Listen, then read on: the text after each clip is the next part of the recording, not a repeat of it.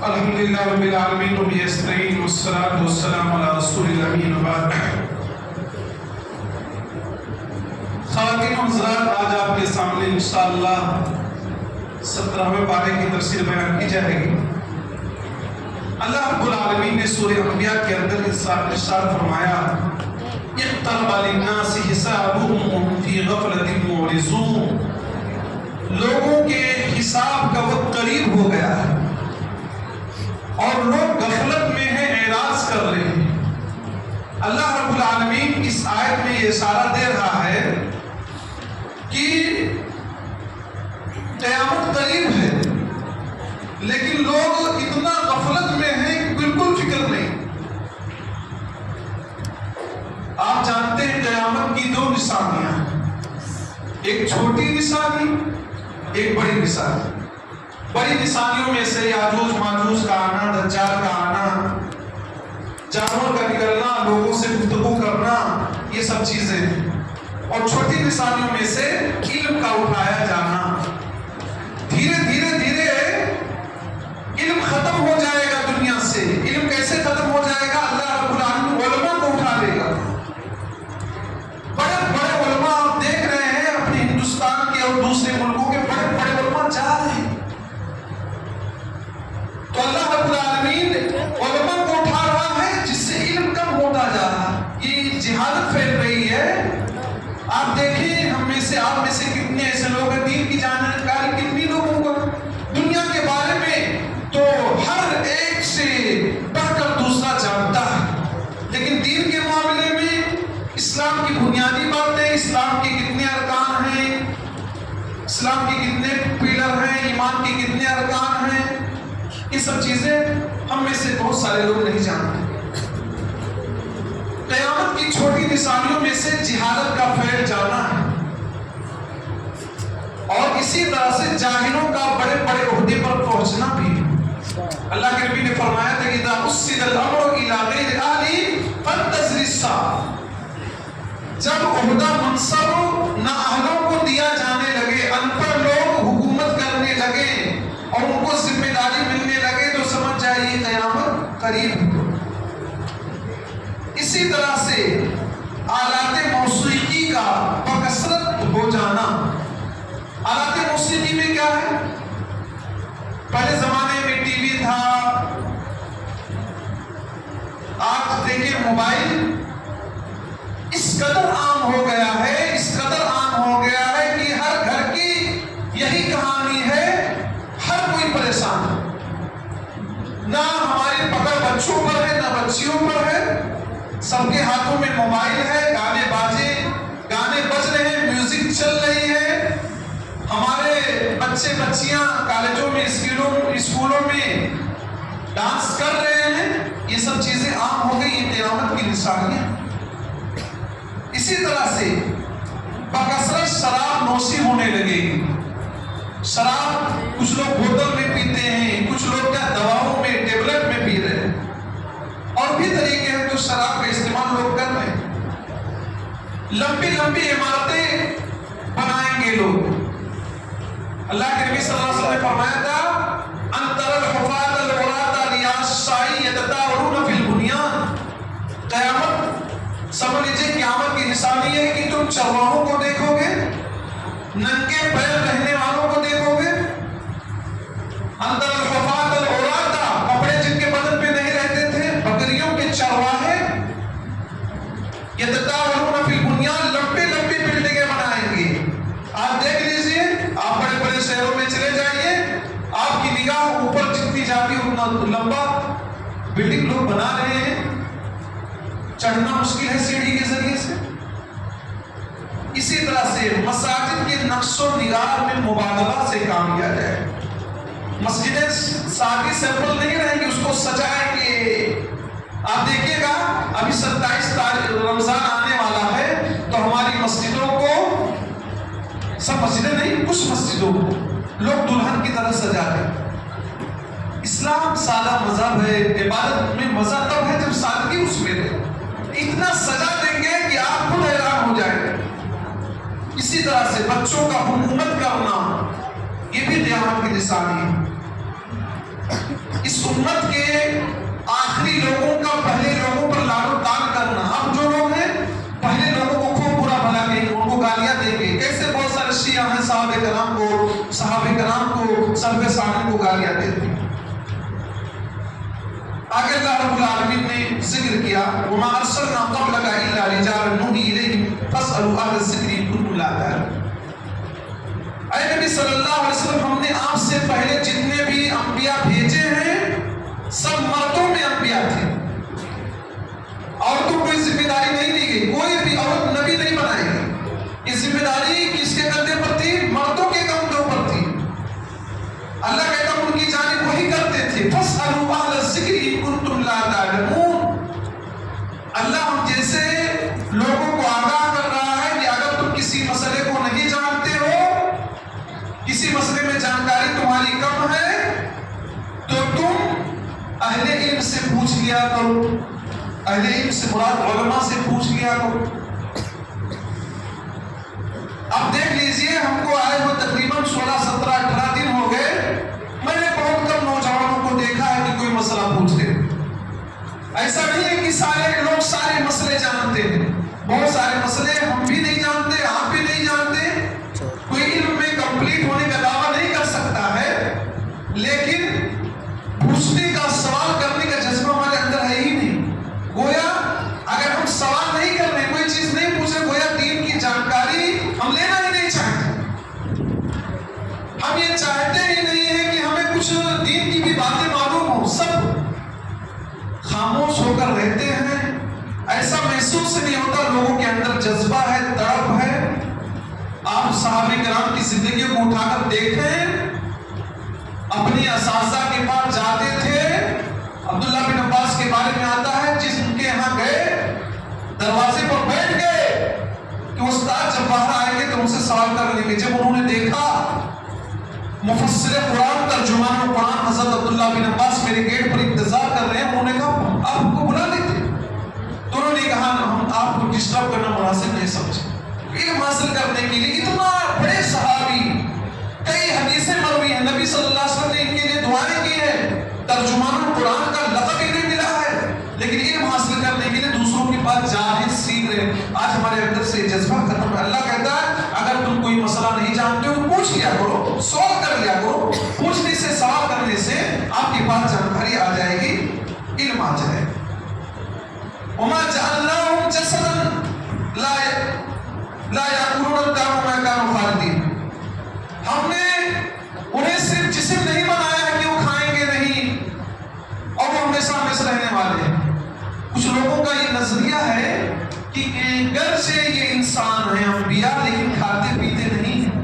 اللہ تعالیٰ نے اس نظریے کی تردید کی کہ وہ رسول مردوں میں ہیں, انسان ہیں, ان کی باڈی ہے, ان کی جسم ہے, اور وہ کھاتے پیتے بھی ہیں, لیکن وہ ہمیشہ ہمیشہ رہیں گے نہیں.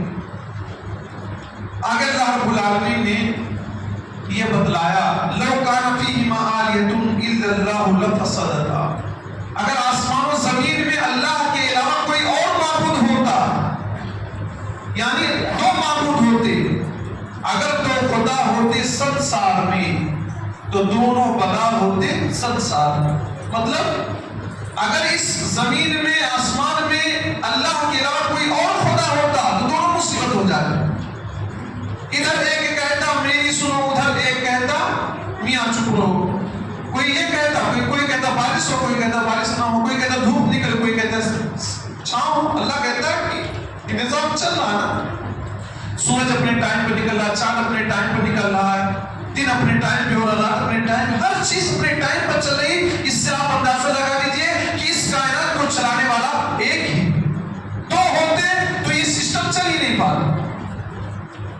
ایک مدرسے کے, ایک مسجد کے دو متولی نہیں ہو سکتے, ایک کارخانے کے دو ذمہ دار نہیں ہو سکتے. دونوں اگر ہو جائیں تو آپس میں ان میں لڑائی چلے گی. وہ کہے گا میری چلے, وہ کہے گا میری چلے. اللہ نے فرمایا یہ آسمان و زمین تباہ و برباد ہو جاتے. فسبحان اللہ رب العرش عما یصفون. اللہ پاک ہے ان چیزوں سے جو یہ لوگ شرک کر رہے ہیں. ان کے شرک سے اللہ رب العالمین پاک ہے, یعنی اللہ کے علاوہ کسی اور کو معبود بنا لیتے ہیں, اللہ اس سے پاک ہے. اگر دو ہوتے تو یہ کائنات چلتی ہے. وما جعلنا لبشر من قبلک الخلد. اللہ فرماتا ہے ہم نے آپ سے پہلے کسی بھی انسان کے لیے ہمیشگی نہیں بنائی، یعنی کوئی بھی ہمیشہ رہنے کے لیے نہیں آیا. افإن مت فهم الخالدون. کیا آپ صلی اللہ علیہ وسلم اگر آپ انتقال فرما جائیں، آپ دنیا سے رخصت ہو جائیں، فهم الخالدون، تو کیا یہ ہمیشہ رہنے والے ہیں؟ کل نفس ذائقۃ الموت. ہر نفس کو موت کا مزہ چکھنا، اور نفس میں نبی بھی. جتنے لوگ آئے ہیں سب کو موت کا مزہ چکھنا ہے. وَنَبْلُوكُمْ بِالشَّرِّ وَالْخَيْرِ فِتْنَةً. ہم تمہیں آزمائیں گے شر سے اور خیر سے بھی. تکلیف دیں گے آزمائیں گے، آرام دیں گے اس سے بھی آزمائیں گے، بھلائی پہنچائیں گے اس سے بھی آزمائیں گے، تکلیف دیں گے مصیبت دیں گے اس سے بھی آزمائیں گے. وَإِلَيْنَا تُرْجَعُونَ. اور یہ بات ذہن میں رکھو، آپ لوگوں کو ہماری جانب ہی لوٹایا جانا ہے. اللہ رب العالمین یہ بھی ارشاد فرما رہا وَنَضَعُ الْمَوَازِينَ الْقِسْطَ لِيَوْمِ الْقِيَامَةِ فَلَا تُظْلَمُ نَفْسٌ شَيْئًا. ہم قیامت کے دن عدل والے ترازو کو رکھیں گے، انصاف والے ترازو کو رکھیں گے قیامت کے دن. فَلَا تُظْلَمُ نَفْسٌ شَيْئًا. کسی بھی نفس کو ذرہ برابر تکلیف نہیں پہنچایا جائے، کسی پر ظلم نہیں ہوگا. دنیا میں بہت فیصلے ہوتے ہیں، ظالموں کے حق میں سارے فیصلے جا رہے ہیں، لیکن قیامت کے دن کسی پر ذرہ برابر ظلم نہیں ہوگا. اللہ کہتا ہے وَإِنْ كَانَ مِثْقَالَ حَبَّةٍ مِّنْ خَرْدَلٍ أَتَيْنَا بِهَا.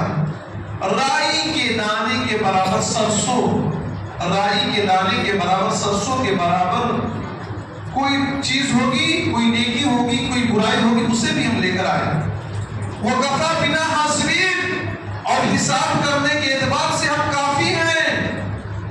اللہ نے سسٹم لگایا، فرشتے متعین ہیں، زمین ہمارے خلاف گواہی دے گی، ہمارے اعضاء ہمارے خلاف گواہی دیں گے، ہماری زبان ہمارے خلاف گواہی دے گی، ہمارا ہاتھ ہمارے خلاف گواہی دے گا، ہمارے پیر ہمارے خلاف گواہی دے گا. اور کچھ اعمال کو اللہ شکل بھی دے دے گا. ابن ماجہ مسند احمد کی روایت ہے، قرآن ایک خوش شکل جوان کی شکل میں آئے گا. انسان پوچھے گا تو کون ہے؟ تو کہے گا میں قرآن ہوں جسے تو رات میں بیدار ہو کر پڑھتا تھا. اسی طرح سے مومن کی قبر میں عمل صالح ایک خوش رنگ اور معطر نوجوان کی شکل میں آئے گا، اور کافر و منافق کے پاس اس کے برعکس شکل میں آئے گا جس سے کافر ڈر جائے. اللہ تعالیٰ اعمال کو اجسام بھی عطا کر دے گا. بغیر جسم کے بھی اعمال کو توڑا جا سکتا ہے، اور جسم بنا کر بھی انہیں توڑا جائے گا. آپ سب سنتے ہیں قرآن قیامت کے دن سفارش کرے گا، روزہ سفارش کرے گا. روزہ کہے گا اللہ میں نے اس بندے کو دن میں کھانے پینے سے روکا تھا. قرآن کہے گا اللہ میں نے اسے رات میں سونے سے روکا تھا. دونوں کی سفارش قبول کر لی جائے گی. فیشفعان. دونوں کی سفارش کو قبول کر لیا جائے گا، اور دونوں کی سفارش کی وجہ سے روزہ رکھنے والے کو اور قرآن مجید کی تلاوت کرنے والے کو جنت میں داخل کر دیا جائے گا. آگے اللہ رب العالمین نے حضرت ابراہیم علیہ السلام کے قصے کو ذکر کیا ہے. حضرت ابراہیم علیہ السلام نے اپنی قوم سے کہا تھا کہ تم لوگ اللہ کے علاوہ دوسروں کی عبادت کیوں کرتے ہو؟ تو ان لوگوں نے کیا جواب دیا تھا؟ قالوا وجدنا آباءنا لها عابدین. ہم نے اپنے باپ داداؤں کو، ہم نے اپنے آبا اجداد کو، پرخوں کو، بڑے بزرگوں کو انہی کی عبادت کرتے ہوئے پایا تھا، اس لیے کر رہے. آج بھی ہم میں سے مسلمان بہت ایسے ہیں، ان سے پوچھا جائے آپ قرآن و حدیث کو چھوڑ کر فلاں چیز کو کیوں مانتے ہو، تو کیا کہتے ہیں ہمارے باپ دادا ایسا کر رہے تھے ہم بھی کر رہے. مسلمان سے کہا کہ شادی بیاہ تم اس طرح کیوں کرتے ہو جس میں بدعت آتی ہے، جس میں خرافات آتا ہے، جس میں تم ڈانس کرتے ہو، میوزک بجتی ہے، ڈی جے تک لے آتے ہو. تو کہتے ہیں ہمارے باپ دادا اس طرح کرتے آ رہے ہیں. تو یہ دلیل کس کی ہے؟ باپ دادا کرتے چلے آ رہے ہیں. دلیل کس کی ہے؟ یہ مشرکوں کی ہے، اور ابراہیم علیہ السلام کے زمانے سے یہ دلیل چلی آ رہی، کوئی نئی دلیل نہیں ہے. یہ دلیل ابراہیم علیہ السلام کے زمانے سے چلی آ رہی. محمد مصطفیٰ صلی اللہ علیہ وسلم کے زمانے بھی یہی یہی دلیل لوگ دیتے تھے، اب بھی لوگ یہی دلیل دیتے ہیں کہ ہمارے بزرگ جو کہہ کر چلے گئے ہم اسی پر عمل کریں۔ آپ نے یہ بھی جانا ہے، سنا ہوگا ابراہیم علیہ السلام کا واقعہ۔ ابراہیم علیہ السلام کو لوگ میلے میں جانے کے لیے دعوت دی کہ ابراہیم علیہ السلام چلو میلہ دیکھنے کے لیے۔ ابراہیم علیہ السلام نے آسمان کی طرف نگاہ اٹھائی اور کہا انی سقیم، میں بیمار ہوں، میں نہیں جا سکتا۔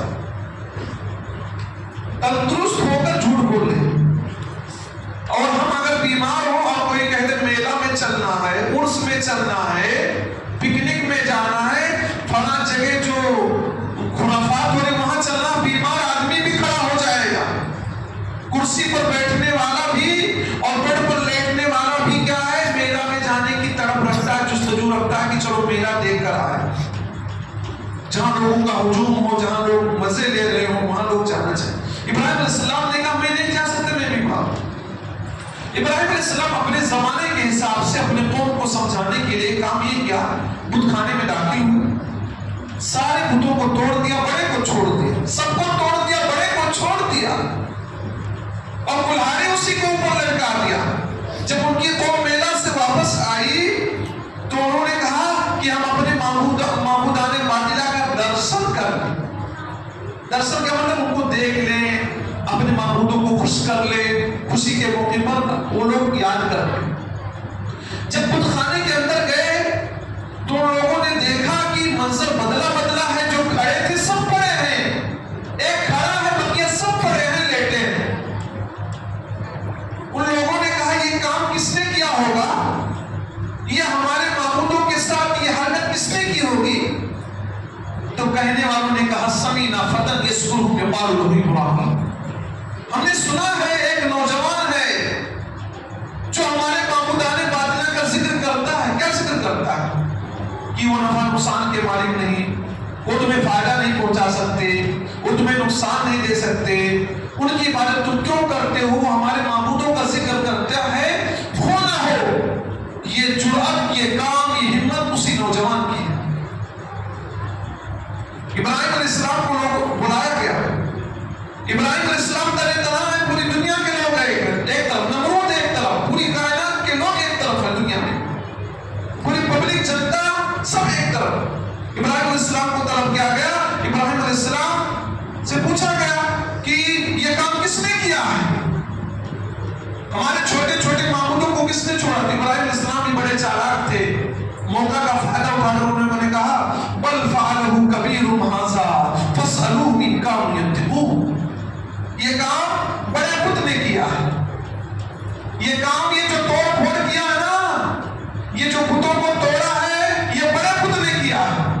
اور میری باتوں پر وشواس نہ ہو، اگر میری باتوں سے آپ ایگری نہیں ہیں، ہماری بات نہیں مانتے ہیں، تو انہی سے پوچھ لو جو بڑے ہیں۔ تم لوگ تو کہتے ہیں نفع کے بھی مالک ہیں، نقصان کے بھی مالک ہیں، یہ بات سنتے بھی ہیں، ہماری پکار کا جواب بھی دیتے ہیں، ہماری ہیلپ کرتے ہیں، مدد کرتے ہیں، سب تم کہتے ہی ہو، تو انہی سے پوچھ لو نا کہ ان کے ساتھ یہ کارنامہ کس نے کیا۔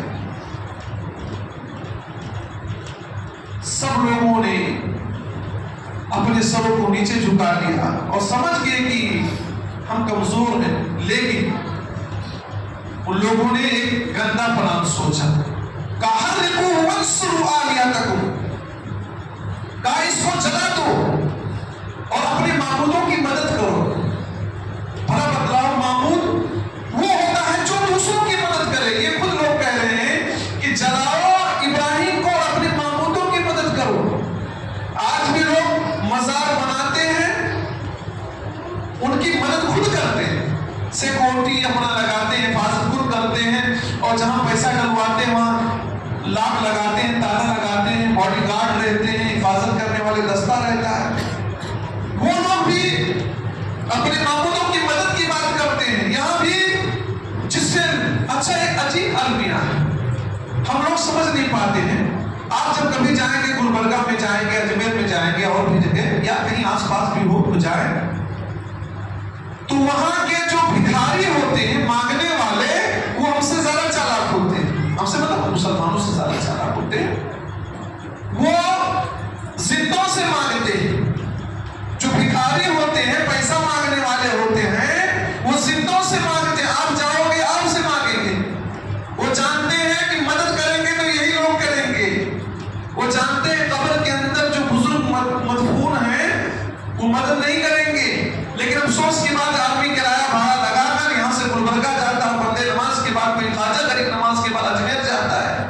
اور یہ سوچتا ہے کہ اس کے ہاں اولاد ہو جائے گی، بچے ہو جائیں گے، اور وہ عبرت نہیں پکڑ پاتا کہ ذرا سوچو وہاں کا بھکاری بھی ہم سے زیادہ ہوشیار ہے، بھیک مانگنے والا بھی ہم سے زیادہ ہوشیار ہوتا ہے، وہ ان لوگ ان سے نہیں مانگتا ہے بلکہ آنے جانے والوں سے مانگتا ہے۔ اس بات کی دلیل ہے کہ اس کے پاس ہم لوگوں سے زیادہ آتا ہے۔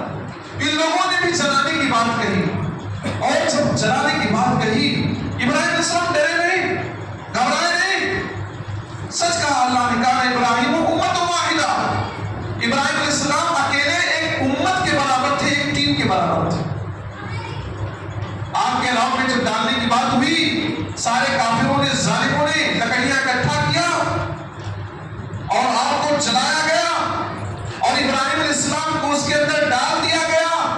ابراہیم علیہ السلام کیا دعا پڑھ رہے تھے؟ حسبنا اللہ و نعم الوکیل، ہمارے لیے اللہ کافی ہے اور کام کو بنانے والا ہے۔ یہ دعا پڑھ رہے تھے، کتنا بھروسہ تھا اللہ پر۔ ہم لوگ تو ڈر کے مارے ہاتھ جوڑنے کے کام جائیں گے کہ مجھے معاف کیجئے، جو کرنا ہو کہو، ہم کرنے کو تیار ہیں، چاہے جو نعرہ لگوانا ہو لگانے کو تیار ہے، لیکن حضرت ابراہیم علیہ السلام نہیں تیار۔ آگ کے اندر چلے گئے اور اللہ رب العالمین ہی تو آگ جلاتا ہے، آگ کے اندر جلانے کی طاقت، تاثیر کس نے دیا ہے؟ اللہ نے دیا۔ اسی اللہ کا آرڈر آ گیا، قلنا یا نار کونی بردا وسلام علی ابراہیم، ہم نے کہا ہے آپ ٹھنڈی ہو جا اور سلامتی والی ہو جا، زیادہ ٹھنڈے بھی نقصان دہ ہے۔ اللہ نے دونوں باتیں کہ ٹھنڈ ہو جا، لیکن اتنی ٹھنڈ نہ ہو جانا کہ میرے خلیل کو تکلیف پہنچے، میرے دوست کو تکلیف پہنچے، اتنی ٹھنڈی بھی نہ ہو جانا۔ کسی شاعر نے کہا کہ خوب کہا ہے، نار نمرود میں ڈالے گئے جس وقت خلیل، نار نمرود میں ڈالے گئے جس وقت خلیل، پھول بن بن کے سراروں نے قدم چوم لیا۔ حضرت ابراہیم علیہ السلام کی اسٹوری سے، کہانی سے عبرت ہے، اللہ پر بھروسہ، وشواس، حالات سے گھبرانا نہیں چاہیے۔ اور حضرت ابراہیم علیہ السلام کے بہت سارے کارنامے، دوسرے موقع پر ان باتوں کو ذکر کیا جائے۔ ایک آیت پڑھ کر میں اپنی بات کو ختم کر دیتا ہوں۔ اللہ نے شرک ہی کی مذمت کے تعلق سے ایک مثال دیا۔ اللہ تعالیٰ خود مثال دیتا ہے کہ ہم جیسے ان پڑھ لوگ سمجھ جائیں۔ کوئی بھی آدمی قرآن مجید کو پڑھے گا سمجھ جائے گا، اسی لیے لوگ قرآن مجید پڑھنے کی بات نہیں کہتے۔ آپ بہت سارے مسلمانوں کی مسجدوں میں دیکھیں گے، وہاں قرآن کا درس نہیں ہوتا، حدیث کا درس نہیں ہوگا، دوسری کتاب کا درس ہوگا۔ جب قرآن پڑھیں گے ہم تو شرک کے اڈے بند ہو جائیں گے، شرک کے دروازے بند ہو جائیں گے، اور جو ہم گناہ کرتے ہیں، بڑے بڑے شرک، نذر و نیاز غیروں کے نام پر کرتے، چڑھاوے چڑھاتے ہیں، یہ ساری چیزیں بند ہو جائیں گی۔ اسی لیے لوگ قرآن پڑھنے کی بات نہیں کرتے۔ اللہ کہتا ہے، دیکھیے، یا ایھا الناس ضرب مثل، اے لوگوں ایک مثال بیان کی جا رہی ہے، ایک ایگزامپل بیان کی جا رہی ہے، فاستمعوا لہ، اس ایگزامپل کو بہت غور سے سنو، کان لگا کر سنو۔ ایک ہوتا سننا، ایک ہوتا غور سے سننا، کان لگا کر سننا۔ جو طلبہ اسٹوڈنٹ مدرسوں میں پڑھتے ہو جان، استماع کے معنی غور سے سننا، کان لگا کر سننا، جی لگا کر سننا۔ اللہ فرما رہا ہے غور سے سنو، ان الذین تدعون من دون اللہ، اللہ کے علاوہ تم جن کو پکارتے ہو، لن یخلقوا ذبابا، وہ ایک مکھی بھی ہرگز پیدا نہیں کر سکتے، ایک مکھی۔ ہم کہتے ہیں فلاں جگہ جاؤ تو ہمیں اولاد مل جائے گی، کچھ لوگ کہتے ہیں کہ فلاں کو اولاد نہیں ہو رہی، فلاں جگہ چلے جاؤ اولاد مل جائے گا۔ اللہ کہتا ہے اولاد تو دور کی بات، وہ ایک مکھی بھی پیدا نہیں کر سکتے، مکھی سب جانتے ہیں۔ وَلَوِ اسْتَمَعُوا لَهُ، سب لوگ اکٹھا ہو جائیں، جتنے کو آپ کہتے ہیں پاور والے ہیں نا، بڑی پاور ہے ان کے اندر، بڑی قوت ہے، سب لوگ اکٹھا ہو جائیں اور ایک مکھی مل کر پیدا کرنا چاہے نہیں کر سکتے۔ مکھی پیدا کرنا تو دور کی بات ہے، وَيَسْلُبْهُمُ الذُّبَابُ شَيْئًا، اگر مکھی ان سے کوئی چیز چھین کر لے کر چلی جائے، آپ دیکھتے ہیں کہ چڑھاوا چڑھائے رہتے ہیں، کہیں پھول ہے، کہیں مٹھائی ہے، کہیں حلوہ ہے، کہیں لڈو ہے، کوئی بھی چیز وہاں پر چڑھایا گیا ہے۔ اللہ فرماتا ہے اگر مکھی اس چیز کو لے کر بھاگ جائے، لا یستنقذوا منہ، تو اس سے واپس نہیں لے سکتے، چھین نہیں سکتے۔ 10 سال کا لڑکا ہے، موبائل اس سے آپ لے لو تو رونے لگتا ہے، وہ سمجھتا ہے موبائل میری ہے، دینا نہیں چاہے، 10 روپے دے کر آپ واپس لے لو، بچہ رونا شروع کر دے گا۔ جب تک لے نہیں لے گا روتا ہی رہے گا. وہ جانتا ہے میری چیز ہے, وہ لیتا روتا ہی رہے گا. جب ان کے اوپر کوئی چیز چڑھائے گی تو کیوں نہیں چھین رہے ہیں؟ اللہ فرماتا ہے لا یستنقذوا منہ, نہیں چھین سکتے. سوف الطالب والمطلوب, پکارنے والا بھی کمزور ہے. تبھی تو اللہ کو چھوڑ کر غیروں کے پاس گیا ہے. اللہ کی طاقت تو لوگوں کو اندازہ نہیں. والمطلوب, جس کو پکارا گیا ہے وہ بھی کمزور ہے. وہ مکھی نہیں پیدا کر سکتا. مکھی پیدا کرنا تو دور کی بات, جو چڑھاوا چڑھایا گیا ہے, جو نذرانے پیش کیے گئے ہیں, ان کو کوئی اٹھا کر لے جائے تو چھین نہیں سکتا, واپس نہیں لا سکتا. وما قدر اللہ کا قدر ہی. سچ ہے, لوگوں نے اللہ کی جس طرح قدر کرنی چاہیے, جس طرح اللہ کی قدر کرنی چاہیے, لوگوں نے اللہ کی قدر نہیں کیا. ان اللہ لقوی عزیز, یقیناً اللہ رب العالمین بہت زیادہ طاقتور, بہت زیادہ غالب ہے. لیکن لوگوں کو اللہ کی طاقت کا اندازہ نہیں, لوگوں کو اللہ کی قدرت کا اندازہ نہیں, لوگوں کو اللہ کی قدرت کاملہ پر بھروسہ نہیں, لوگوں پر اللہ پر بھروسہ نہیں رہا. ورنہ اللہ کو چھوڑ کر غیروں کے پاس کیوں جاتے, غیروں سے اولاد کیوں مانگتے, غیروں سے بیماری دور کرنے کی بات کیوں کرتے. ایک ایگزامپل میں دیتا ہوں سمجھنے کے لیے, سمجھنے کے لیے ایک ایگزامپل میں دیتا ہوں. فلاں آدمی بیمار ہے, بیماری کس نے دیا؟